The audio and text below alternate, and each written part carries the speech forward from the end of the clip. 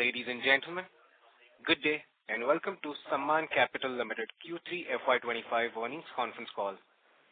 As a reminder, all participant lines will be in the listen-only mode, and there will be an opportunity for you to ask questions after the presentation concludes. Should you need assistance during the conference call, please signal an operator by pressing star 10 on your touchtone phone. Please note that this conference is being recorded. I now hand the conference over to Mr. Kamal Mulchandani from Investec Capital. Thank you, and over to you, sir. Good evening.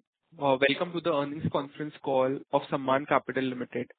We have with us on the call today Mr. Gagan Banga, Vice Chairman, Managing Director, joined by other senior management of Sammaan Capital and Sammaan Finserv Limited. I would now like to hand over the call to Gagan sir for his opening comments, after which we will take the question and answer round. Over to you, sir. Thank you. A very good day to all of you, and I welcome you to our Q3 fiscal 2025 results. I request you all to keep the earnings update handy. The same have been uploaded on the stock exchanges and are also available on our website. Last month, we successfully raised $150 million, which is approximately 1,300 crores, via a qualified institutional placement. Via this qualified institutional placement, we onboarded some marquee investors onto our cap table. The cap table is now fairly stable, with the top 5 institutional investors owning approximately 25% of the company. This also in some ways signifies the end of the transition from being a promoter-led company. The erstwhile promoter owned 21% of the company, and now the top 5 shareholders own 25% of the company. Each of these investors have a long-term vision for the firm. I am extremely grateful to all of our shareholders and to all of these investors who have supported the company. The markets of late have been extremely volatile, and through these volatile times, for them to have supported the company, for them to have shown confidence in the management, has encouraged the management to try and work even harder. Following the last calendar year's rights issue, which was a tactical capital raise and was utilized in reorganizing our business lines between the parent and the subsidiary, the QIP monies have now further added to the strength of the firm and to our capital ratios. In all, including last year's rights issue, in the last 12 months, we have raised 5,000 crores of equity capital. All shareholders have supported the firm, and I am, along with the management team, extremely grateful for the support. On slides 11 and 12, which I will, in due course of the presentation, refer to the strategic priorities. These strategic priorities will hopefully, and we have great conviction that they will certainly create value for shareholders. And I would like to commit that along with my entire management team, we will do whatever it takes to try and achieve these strategic goals set for fiscal 27 and come back to you and demonstrate the success every quarter. Coming back to this quarter's performance, via this equity raise, we have demonstrated our access to equity markets. We have extremely high capital ratios. We have very moderate to low NPA levels. There is traction in the growth AUM, and there is a great traction, much beyond our expectation also, in the reduction of the legacy book. We believe this has greatly boosted the credit profile of the company, translating to steady flow of on-balance sheet debt capital.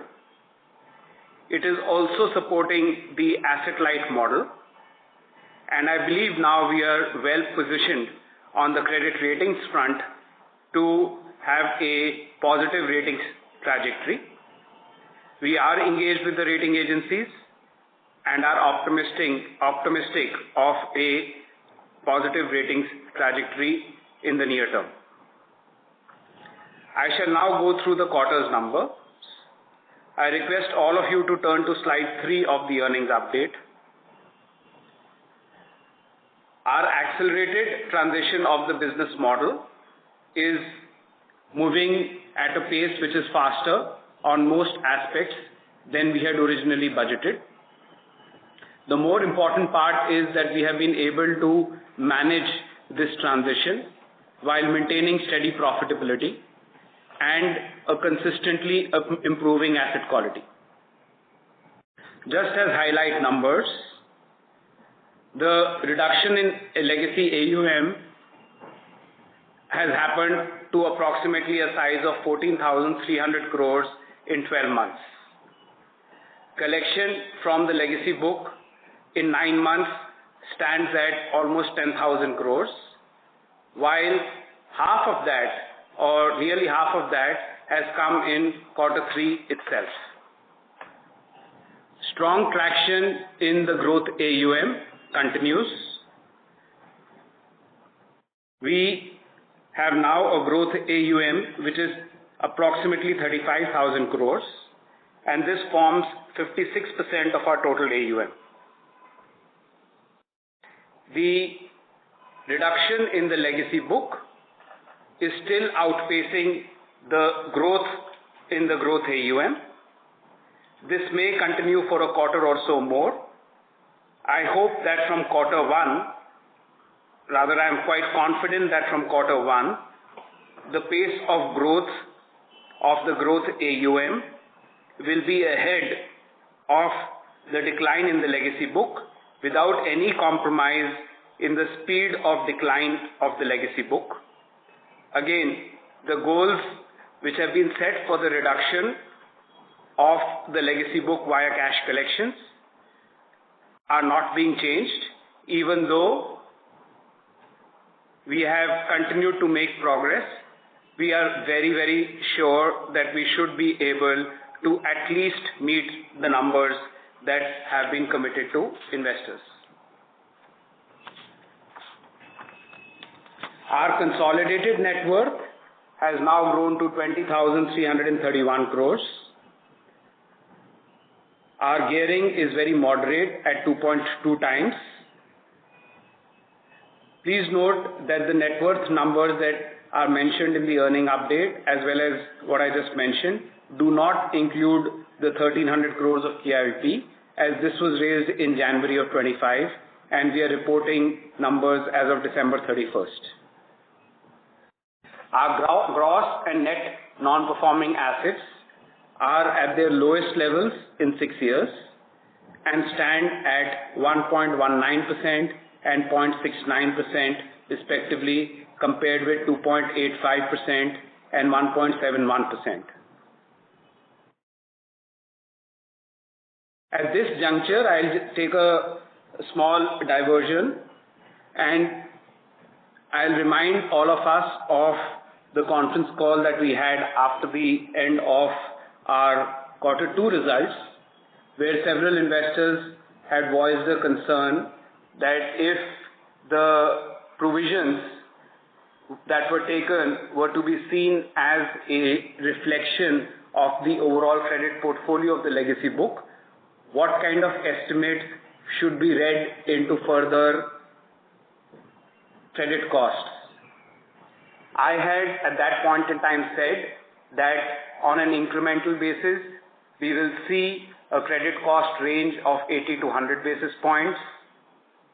In the near to medium term, I do not visualize any requirement of any dip into capital, and the pre-provisioning operating profit of the company is strong enough to comfortably bear this 80 to 100 basis points credit cost. At the end of Q3, I am happy to inform and update that whatever I have said at that time has happened. The company has reported a quarterly profit of 302 crores, a credit cost of 100 basis points, and as I just said, net non-performing assets, which were 171 basis points 1 year ago, have declined by 102 basis points and now stand at 69 basis points. We had said the move is tactical. We had said the move will accelerate our cash collections and will also facilitate the recoveries. And within a short order, we have seen how cash collections have moved up significantly as we press on with all the legal remedies which are available to us. Now moving on to slide 4, which puts our journey from fiscal 18 in perspective. Since then, the net worth has gone up by 7,000 crores, and we are talking of a period which in the initial phase had the fallout of the IL&FS crisis, followed by COVID. Despite all of this, the net worth has gone up 7,000 crores, while we also paid dividends of almost 4,300 crores through this period. The legacy book, which was standing at 1,20,000 crores at the start of the crisis in fiscal 19, is down to approximately 27,000 crores and has generated cash inflows for us to have serviced 83,000 crores of net principal debt repayment and interest of 40,000 crores on this debt. Thus, the original 1,20,000 crore book has already generated cash payouts to our lenders of 1,23,000 crores. This is actual cash which has gone from our bank accounts into our lenders' bank accounts, and very importantly, it has gone at a time which was either ahead of the contracted schedule or in line with the contracted schedule. This, I continue to state and believe, is the strongest possible testament to the quality of the book we've underwritten. Fiscal 18 through date has been a fairly tough time for most non-banks. Through this period, net of the loss reported in Q2, the company has posted profits of 12,780 crores. Our borrowings from a peak of 1,20,000 crores in the middle of 2019, including the PTC portion which stays on the balance sheet, is down to 44,000 crores. This has resulted in a reduction in gearing from almost 9 times in fiscal 19 down to 2.2 times. This also in some ways marks the end of the consolidation phase, which the company needed to go through in order to emerge significantly stronger. Our capital ratios are stronger, our credit performance is there, and most importantly, as credit analysts would look, the static analysis of the company's portfolio has returned fairly healthy credit costs. Having managed this transition in a stable manner with annualized profits of approximately 1,200 crores, we believe the pace of acceleration of the growth AUM in an asset-light structure while maintaining the quality of the target ROA and ROE will be met, and our goals of fiscal 27 would also be met. Our recent capital raise will facilitate further on-balance sheet borrowing, which in due course will influence our partner banks and thereby increase their confidence in us. The partner banks anyways are enthused with the quality of the book that they are purchasing, and they further have a second check since they do a case-by-case due diligence. All in all, we have built a very strong support ecosystem for our asset-light strategy. If you all can please now turn to slide 5. Our growth business is structured in this manner.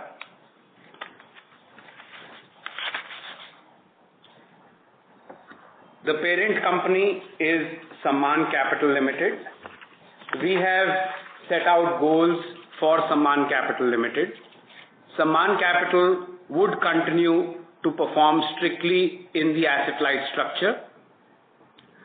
The standalone growth AUM target for fiscal 27, which we have set, is 70,000 crores. The consolidated growth AUM target that we have set under Sammaan Capital, including itself, is 1 lakh crore by fiscal 27. This company, on a steady-state standalone basis, is moving towards generating a 4% ROA. Incrementally, it is already generating a 3% ROA. We had introduced Sammaan FinServe in Q2 to our wider set of investors. Sammaan FinServe is scaling up slightly ahead of the numbers that we had set out. The business model has been created that it is a non-overlapping business. As we had shared, the company is building up on its leadership team. The distribution will also start expanding into the target cities. We are looking at achieving a growth AUM, which is the target AUM that we have, of approximately 15,000 crores by fiscal 27 for this company. To facilitate that, this company already has 7 co-lending partners, a retail AUM of 6,100 crores, a loan book on its own balance sheet of 2,900 crores, and ample equity capital of over 3,000 crores. For some time now, we have been talking about the AIF platform. In one of the calls, I had mentioned that while it is an important earning source, the management team was engaged in stabilizing the transition of the NBFCs within the structure.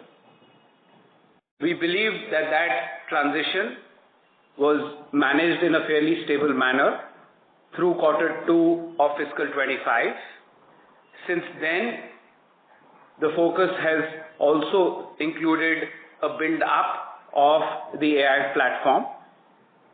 As we speak, we are evaluating a transaction in which we, along with our partners, have an in-principle agreement to finance up to 500 crores at an IRR of 18%.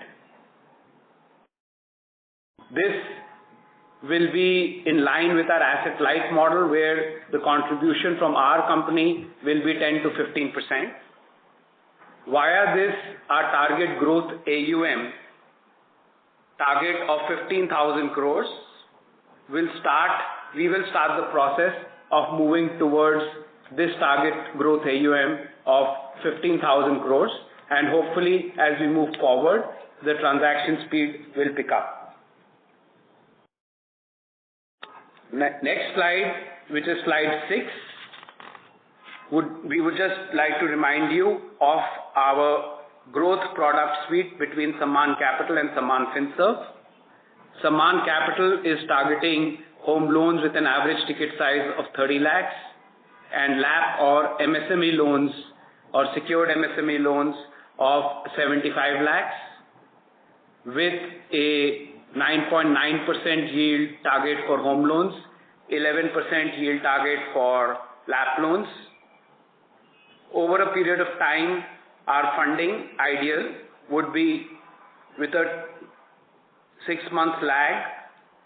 We would want to achieve the book to have gotten to a stage of about 40% of loans being assigned, and with a 2-month lag, we would like to see 60% of disbursements being assigned via the co-lending structure.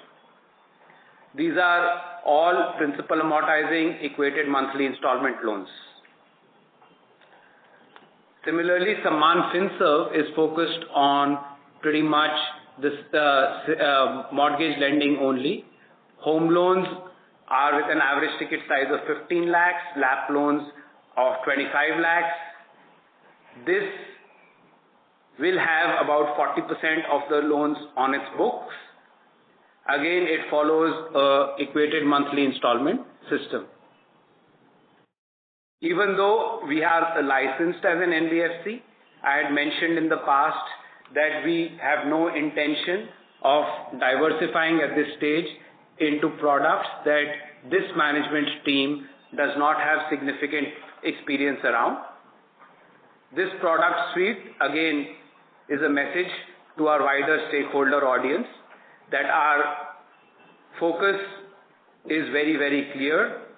These are the products that we intend to focus on completely. Our people, our distribution, and the entire technology system is geared up to make us very, very competitive and scaled up in this product suite. If you look at slide 9, the scalability of this business is demonstrated by the fact that we have an experience of having done transactions with 24 banks and financial institutions to the tune of 91,508 crores. Very few NBFCs can boast of having done such volumes of business through their life cycle. And this is just one portion of what we have been doing in the last 15-20 years. This 91,508 is a number that we have done over the last 6-7 years. Banks have really profited from it. They have seen this 91,000 crores come down today to about 20,000, sub 20,000 crores, with a 90 days past due of only 54 basis points.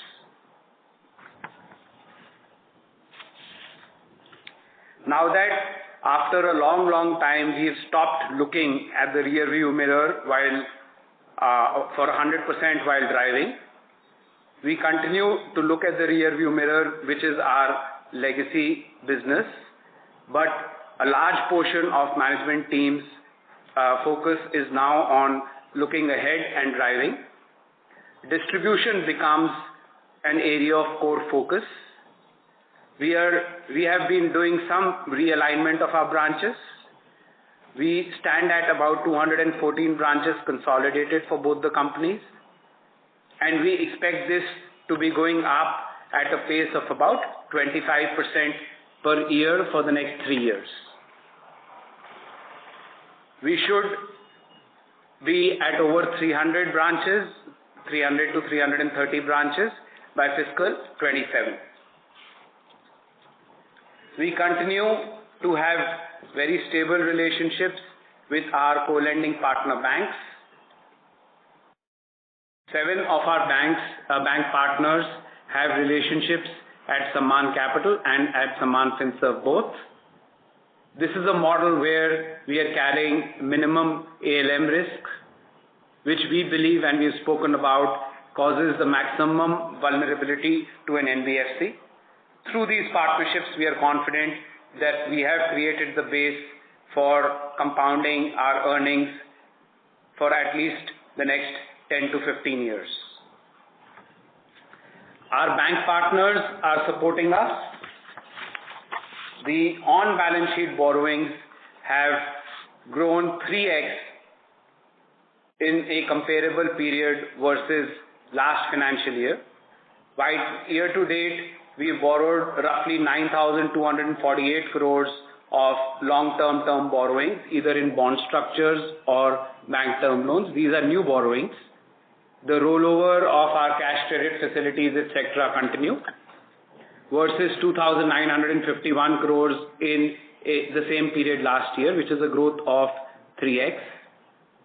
12 banks and financial institutions have sanctioned fresh term facilities in fiscal 25 to date. The other investment that we had been making around doing retail and HNI focused public issues is gaining in traction, and now we have over 85,000 investors who hold our NCDs. One of the shortcomings of our business model is that we do not have a deposit-taking license. This is the way we are trying to mitigate the shortcoming. Slides 11 and 12 are probably the most important slides. We've been speaking about aligning our strategic priorities, making sure that we are giving an update on that, on these boxes, good or bad, on a quarterly basis. As I mentioned earlier, the legacy AUM has now declined to under 27,000 crores. The growth AUM has expanded to approximately 35,000 crores, moving steadily towards the consolidated growth AUM target of 1 lakh crore. The annual incremental dispersal is moved up a little bit from last quarter, and now we are trending to 15,000 crores.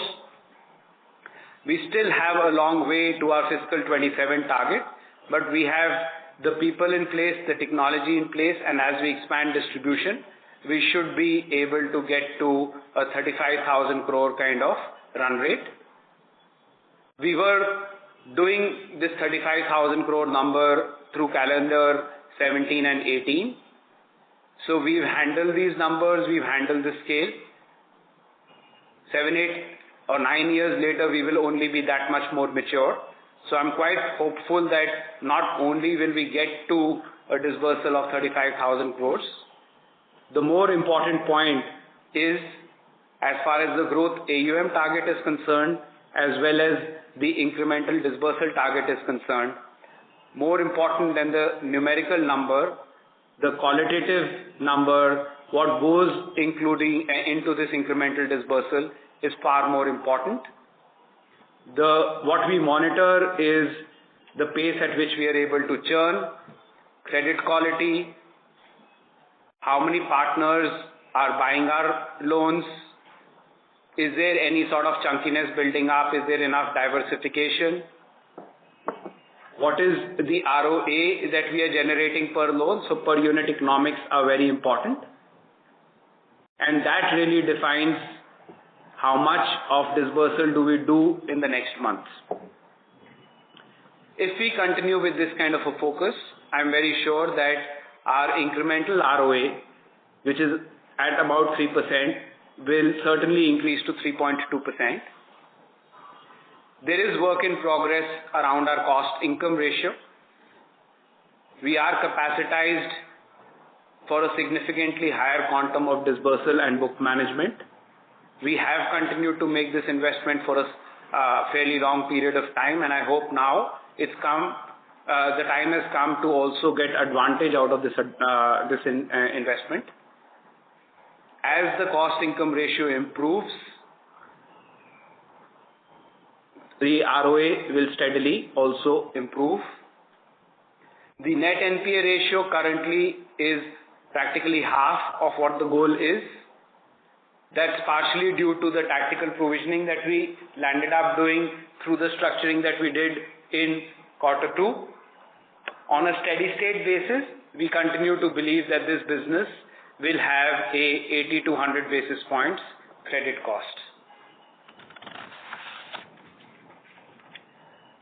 Sammaan FinServe, which is the subsidiary which is currently a key management focus item, has now a balance sheet size of 7,250 crores, which is actually very close to the fiscal 27 target, and that's largely because it still continues to be highly overcapitalized.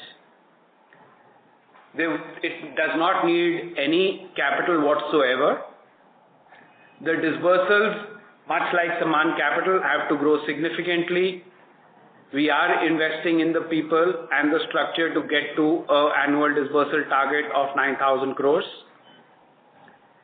The AUM, if it continues to steadily increase, its disbursals will comfortably get to about 15,000 crores. The ROA is a function completely of scale. As the scale improves, the ROA will improve, and consequently the ROE will improve. This is a business of investment.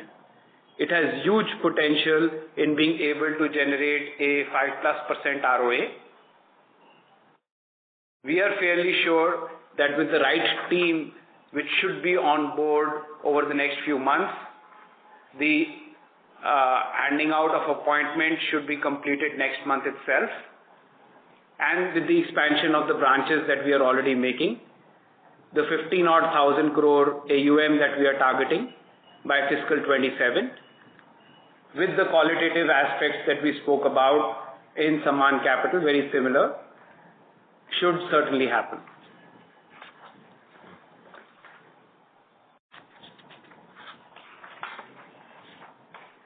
We now would request you to move over to slide 14 and 15. These are somewhat new slides we have introduced into our earnings deck. We believe, like I mentioned a short while ago, we spent enough time driving while solely looking at the rear view mirror.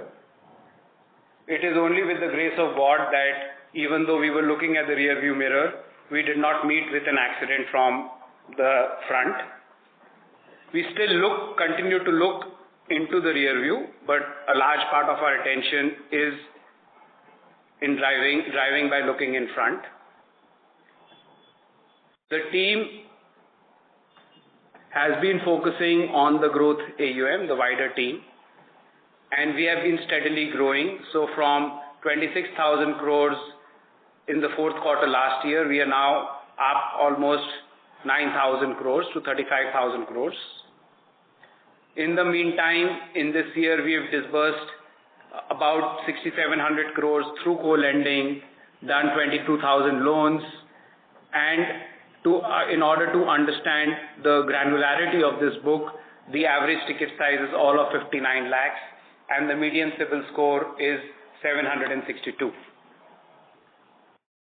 What we've also achieved is a common and standard credit policy across all our partner banks, a standardized credit appraisal document, a standardized credit process flow, standardized credit appraisal memos and other relevant formats, and from a sustainability of this business, a highly technology-levered process which gives great comfort from a customer service perspective as well as from a compliance perspective.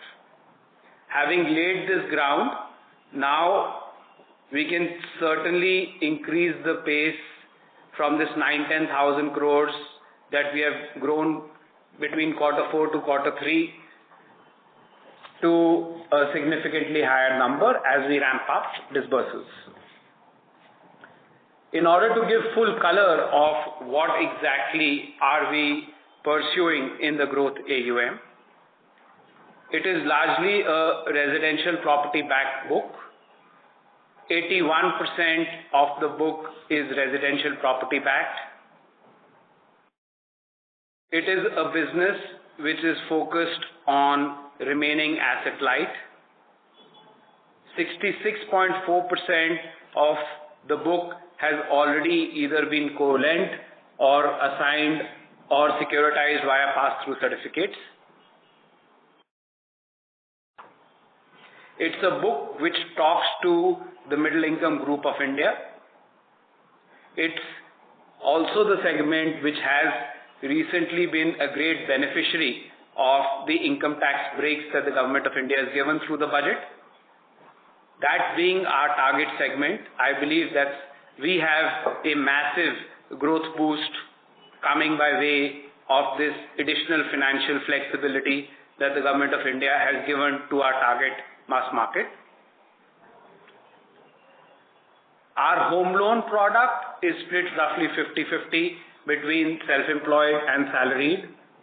Our loan against property product is a secured loan to the MSME market, where both the business owner as well as the business come on the loan structure. The collateral, which is generally the home of the borrower, comes on the structure. As a result, 61% of our borrowers are self-employed and 37% are salaried. This is a very high quality book. The intended target of this book is our partner bank's balance sheet. So we have to do loans which are of an acceptable standard to them. And thus, a fair portion of the loan book, nearly half of what we have, is sitting at a CIBIL score which is north of 750. Banks and ourselves, we are generally even more conservative than what the regulatory caps are. Even though in home loans of this ticket size, you can go up to 80-85%. A large portion of the book is sitting well below even 70%. Only 33% of the book is sitting at between 70 to 80%. All of these would be small ticket home loans. It's a well diversified book. It's spread across several productive states of India. And as Sammaan FinServe increases its distribution and focuses more on tier 3 and 4 locations, I would imagine that our focus states would double over the course of the next 12 to 18 months. Credit quality is of no concern here. Credit quality is the moat, the single biggest moat that we have created, and therefore it's the one item that senior management, even through the period where we were occupied in making sure that we were not falling short of our contractual obligations, we continue to focus on this because this was clearly the franchise building that we were doing. 98.4% of the loans are in stage 1. To summarize, 86% of the growth book is residential property backed. To sum up the scalability of this, 66% of the book is already sold down. It's geographically well distributed and operates at a very conservative loan to value. A slide that we had introduced last quarter, we've expanded that in terms of giving more granular information around the legacy book. The rundown of the legacy book and the accelerated pace I've already spoken about. If you look at the table just below the bar graph showing the decline in the book, you will notice that cash collections in Q3 are almost equal to the cash collections in the entire first half. And if all goes well, we should comfortably be ahead of our pro forma second half cash collections that we had projected in Q2. The recoveries are also on track to reach a number of 1,650 crores. Within just the month of February, which is the current month, we have recoveries between what has already come in and what will come in of 5 different transactions amounting to over 600 crores. So we are well on track to be able to get to this number. I will go into a little bit of detail in the next slide, but just to kind of give you a flavor, over 1,66,188 crores has been collected on the legacy AUM since fiscal 19. And the period, which is the 9-month period, is the highest cash collections that we have witnessed in any comparable period. Also, what's important, and this was a point raised through the tactical exercise of last quarter, we have realized over 70% collections from pools sold to ARCs. And now when we look back and do a static analysis, I was looking at this number, 70% is well ahead, almost 2.5 times of what the industry is collecting. So clearly our strategy of using ARCs as a platform to facilitate the collections is working. We will continue to tactically use these. We have the financial flexibility without impacting the pre-provisioning operating profits to take whatever impact it takes to sell loans to ARCs and to collect. And you will notice that we will continue to report back to you the cash collections that we do via the ARCs on a static basis.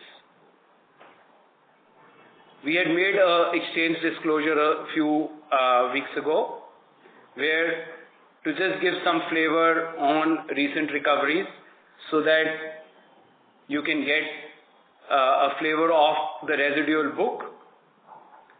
We have received, at that time it was 175 crores from a premium project in central Mumbai. This has increased to now 325 crores.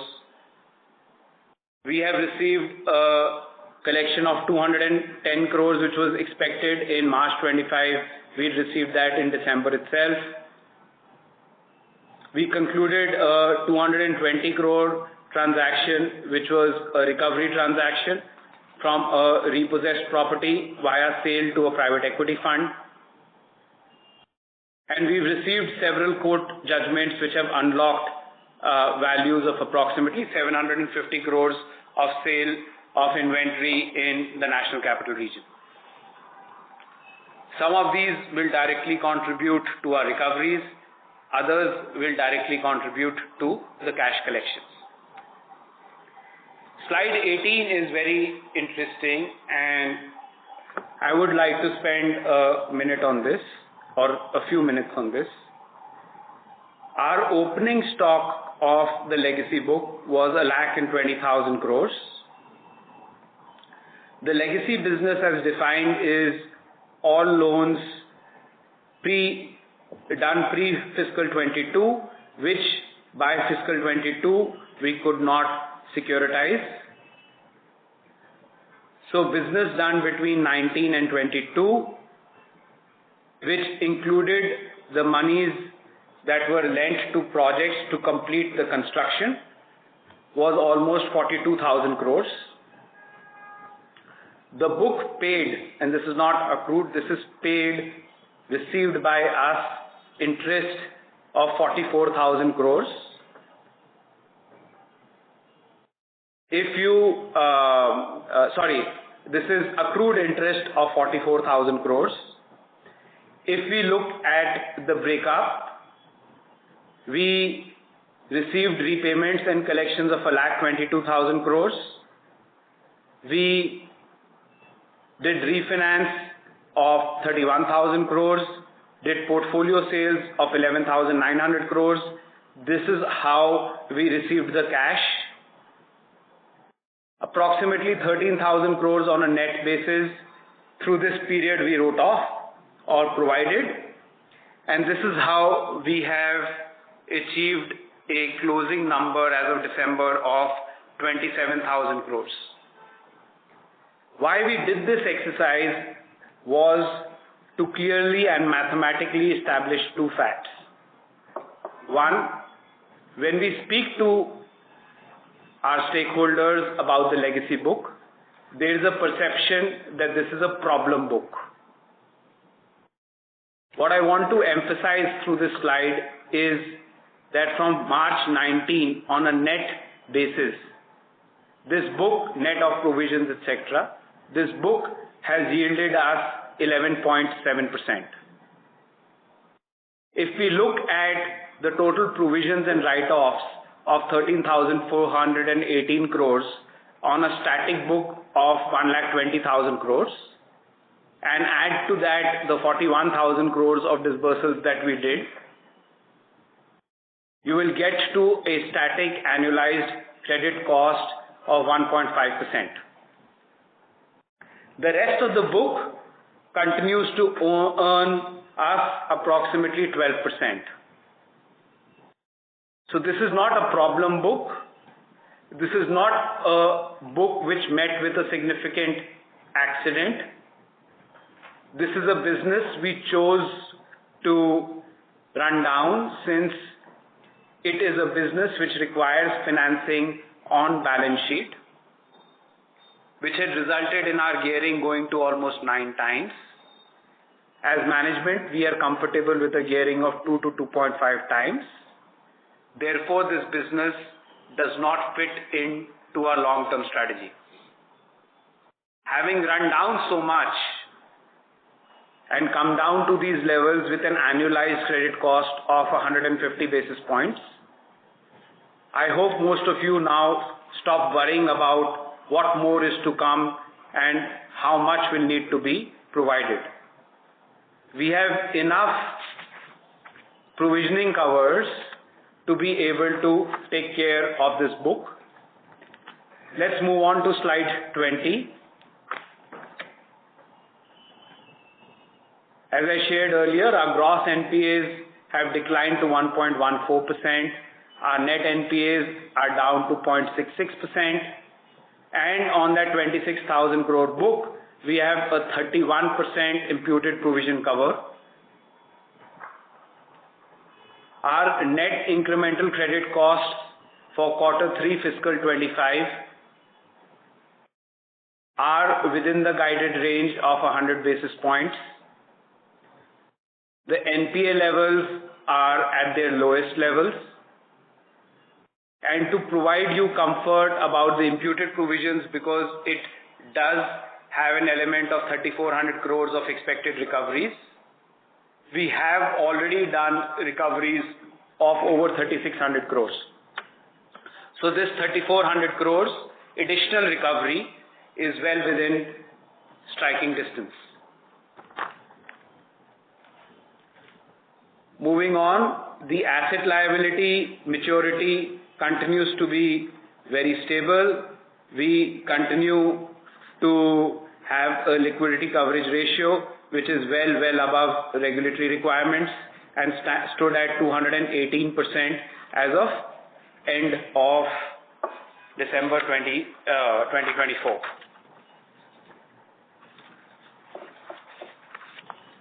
To conclude, I would say that as we transition, we will continue to operationally focus. The areas of focus are building the growth AUM.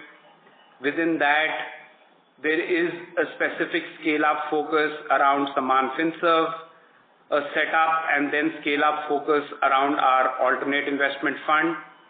Both should be scaled up in the next 6 months or so, and then they would also get into a regular delivery business. That said, we would continue to have some sort of hiccups. We've updated the stock exchanges on a minor hiccup where through an interim order, the court has restrained us in a manner which we feel around usage of the brand Sammaan. We believe we have a very strong case and we have already challenged the matter. The matter we are seeking for dismissal or quashing. Thankfully, the other comfort that I have as the CEO is that our company derives its strength on distribution. It's a very young brand. Thus, I personally feel that while we will seek all legal remedies, from a day-to-day business perspective, I don't expect any sort of a distraction to come our way. We will continue to focus on delivering for you what we have committed to you on slides 11 and 12. And I see no reason why any of those numbers should shake up because of any distraction. As we continue to collect, I've already shared, we will have all kinds of hiccups, all kinds of legal challenges will be thrown at us. We will continue to overcome those challenges. We've overcome significantly tougher legal challenges thrown at us. We've come through investigations and audits and whatnot. And today, as we speak, I think about 95% of our bandwidth can be focused on just execution, execution, execution. On that note, I would like to express my gratitude again to the investors who supported us through the QIP, through all of our shareholders who supported us through the rights issue, through your collective contribution, through the 5,000 crores that you have given to us. You have enthused the management, encouraged it, and we commit and recommit to our single-minded focus on delivering to you on the strategic priorities that we have detailed through this earning update. We are confident in our ability to create long-term sustainable value for all of our shareholders and the wider stakeholder community. That was the update for the quarter. With this, now the management team is open for questions. Thank you very much. We will now begin the question and answer session. Anyone who wishes to ask a question may press star and 1 on their touchtone phone. If you wish to remove yourself from the question queue, you may press star and 2. Participants are requested to use handsets while asking a question. Ladies and gentlemen, we will wait for a moment while the question queue assembles.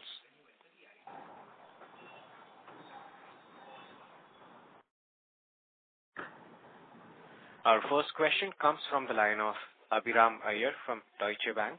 Please go ahead. Hi, congratulations getting a strong set of numbers and results. I had 2 questions. The first question was to do with the NPA. Obviously, we've seen a significant reduction in the NPA levels. Could you just elaborate a bit more on, is this a one-off? How do you see levels going forward? And effectively, how the reduction has been, especially compared to peers? That's question 1. The question 2 was pertaining to slide 15. Thanks for giving a bit more color on the growth AUM portfolio. And as you mentioned, 66% is pretty much the co-lending part of it. What I just wanted to understand here is there is about 9% which is mentioned as retained portion, 8.5%. Is this basically your retention of the dispersed portion, dispersed per the co-lending model? And is this pari alongside the co-lending partner, or does it sit as sort of SRs behind the co-lending partner? Sure. So, firstly, just to understand and it's a good input. Next time we will structure, because I get asked this question all the time. Co-lending is just one other form of assignment of loans. There are 2 options for assignment of loans. One is called direct assignment, the other is called co-lending.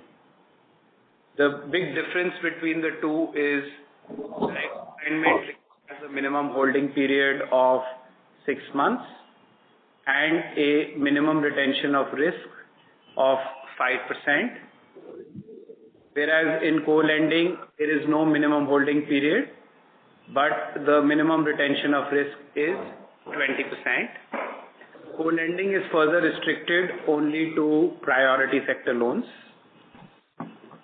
We are more focused on ensuring that a large portion of what we originate fits, especially Sammaan Capital, fits into the co-lending structure. Now, both in direct assignment as well as in co-lending, the risk is shared on a pari passu basis. The 5% or as a market practice more than 10% that I minimum retain in direct assignment and the 20% that I minimum retain in co-lending, which you see here as approximately 8-9%, is not junior, does not come after anyone. It is pari passu. As the borrower pays, they take 80-90% of what they are supposed to get. We take 10 to 20% of what is owed to us. If a borrower does not pay, then they take 80-90% of the hit. We take 10 to 20% of the hit. So there is no senior junior, there is no first loss default guarantee, there is no credit enhancement. There is another structure which is the more classic securitization structure, which we don't really resort to very regularly. It is called the pass-through certificate structure. It is typically resorted to in loans which will be slightly larger in ticket size. There, one gives a credit enhancement. The instrument gets rated, and basis the target rating, the credit enhancement is prescribed. And if the excess interest flow, so the customer is paying over the instrument's coupon typically, and that is getting trapped, only if the default is to happen over the excess interest flow does the credit enhancement get dipped into. In our history of having done about 25,000 crores of such transactions, and these are rated and monitored by a variety of rating agencies, there has not been a single instance where the credit enhancement has been dipped into. And this is anyways on a going forward basis, a very small part of our strategy. Sammaan Capital is a social housing company. 100% of what it does today is social, between affordable home lending, all of which fits into the priority sector norms of the Reserve Bank of India. Even the MSME lending, which is secured by property, is priority sector for banks, and that is our key focus area. As for the other question around NPAs and credit costs, etc., our guidance for the credit cost on a total AUM basis has been detailed at 80 to 100 basis points annualized. And as I said, the fiscal 27 goal for net NPA is 120 basis points. We have used the technical provisions that got created through the various tactical steps that we took last quarter, and we have created an additional provision cover which has reduced the NPAs, but on a normalized sort of basis, the NPAs would be 100 to 150 basis points, so on an average about 120 basis points. This is net of the provisions that we will be making of around 100 basis points annualized.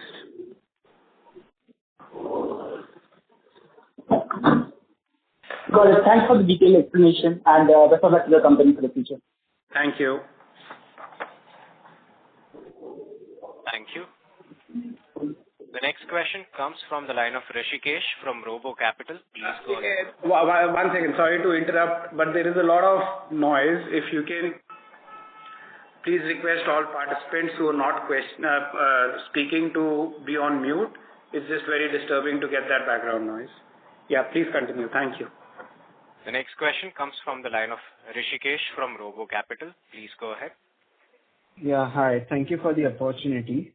So, sir, if I understand, we have added around 9,000 crores growth AUM in last 9 months, and we would be adding around 25,000 crores in, say, 26 and around 40,000 crores in FY27. So, could you share what is the blended yield on that and spreads as well? My friend, all of this is already detailed. So if you look at slide number 6, we detail product by product of what the yields are, what the mix of the product would be.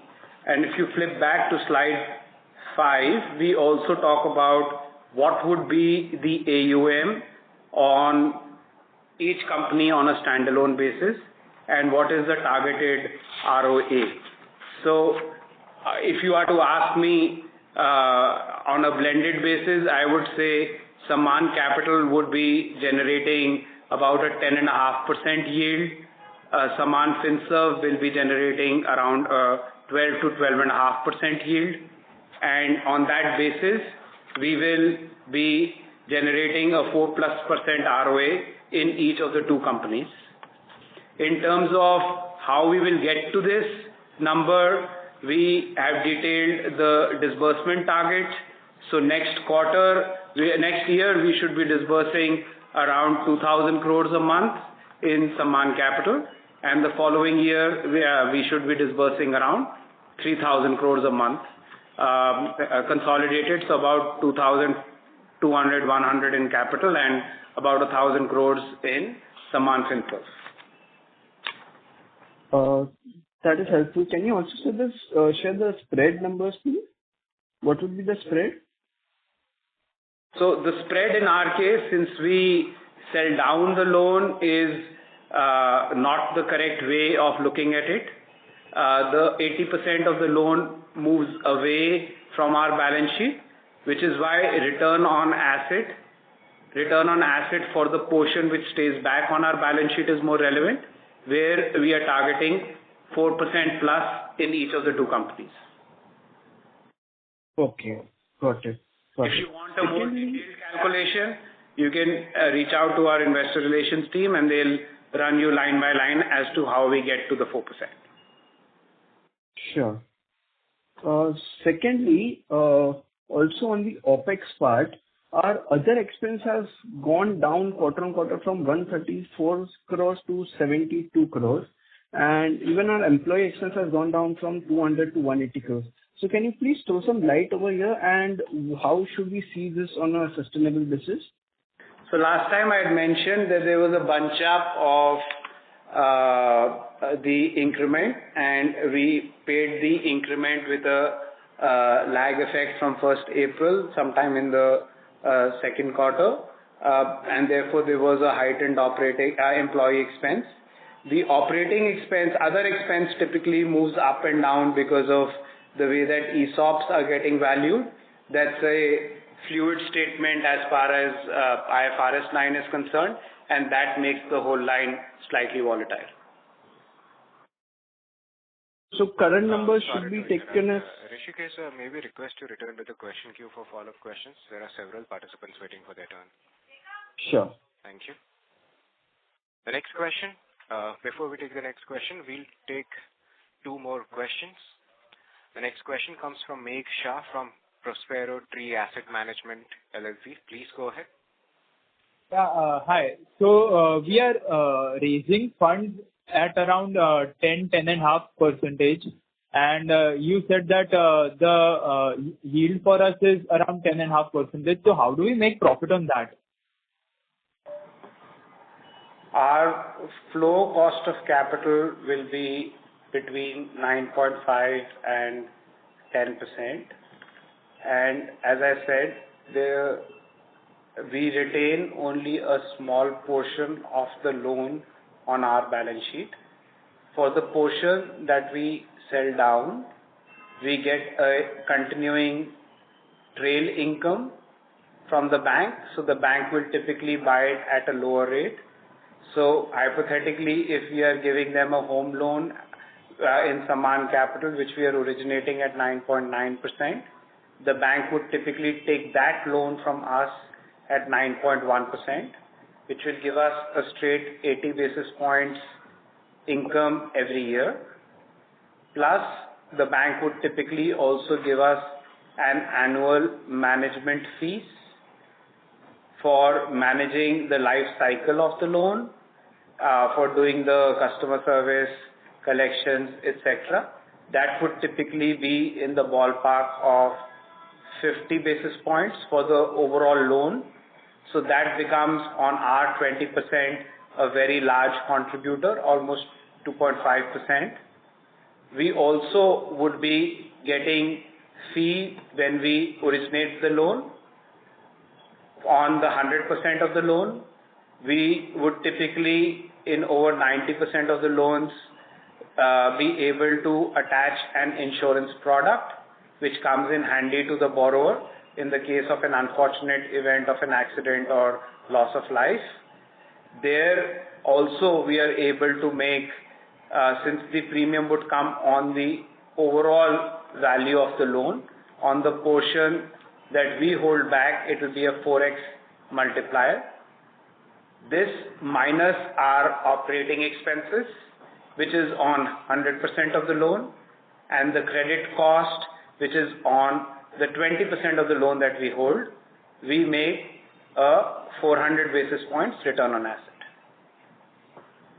So, which is why I was stating to the previous participant that ours is not a typical spread business where you borrow at X and lend at Y and your income is restricted to Y minus X. It's a business where since we are outsourcing our liabilities and ALM, we continue to make a spread on the portion which is not on our balance sheet and therefore is not funded by our on balance sheet financing cost. Thank you. The next question comes from the line of Damodar, an individual investor. Please go ahead.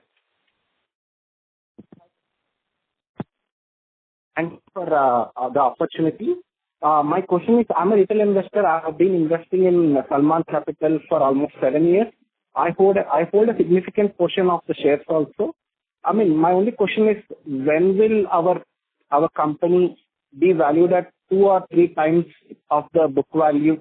I mean, just a prediction kind of a thing, because investors have been, not gaining much in last 5 to 6 years. So, if you can give a estimate, like when will all the agencies, rating agencies, or the fund houses give recommendations like good old days of 2016-17? That's my question. Sir, firstly, I'm thankful for your support. We are held by around 450,000 shareholders, and each of you as individual shareholders are the backbone of the company. So thank you for that. As management, you may appreciate we don't really control the up or downward movement of the stock price. What we certainly work towards is achieving certain return ratios for our investors, which then may make the company interesting. We have detailed on slides 12 and 13 what our goals are. So hypothetically, if the company was to get to 15-ish%, 18-ish% ROE, which we are targeting, and a 3+% ROA that we are targeting, it may be better on a normalized market basis that you may consult your financial advisor, if you have one, to see what kind of a value can be ascribed to this company. What I can assure you of, like I said a few times in the call, as a management team, we had already been working hard. Our efforts were more over the last few years to stabilize the company. Our shareholders, by giving us the quantum of equity capital that we have received in the last 12 months, have given us a different type of enthusiasm, a different type of strength. And it is with that enthusiasm and strength that I can tell you we are working even harder to make sure that we achieve these goals. The good thing is most of the struggles that we had, which were distracting the management team, are now behind us, and a large portion, if not all, of our management bandwidth is focused on achieving these ratios. Along the way, we will have hiccups. We now have the bandwidth and the wherewithal to manage those hiccups a lot better than we could do a few years ago. So nothing should be distracting us from these goals, and I'm quite hopeful that we will in the given timelines, be able to achieve the goals.